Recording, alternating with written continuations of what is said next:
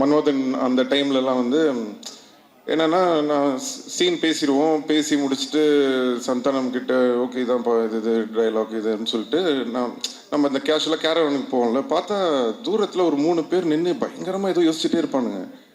யாரா இவனுங்க, யார் உள்ளே விட்டது, இவனுங்க பாட்டுக்கு ஒரு சைடில் நின்று ஏதோ பயங்கரமாக பேசிகிட்டு இருக்கானுங்களேன்னு சொல்லிட்டு ஃபஸ்ட்டு ஒரு வாட்டி நோட் பண்ணிட்டு நான் போயிட்டேன்.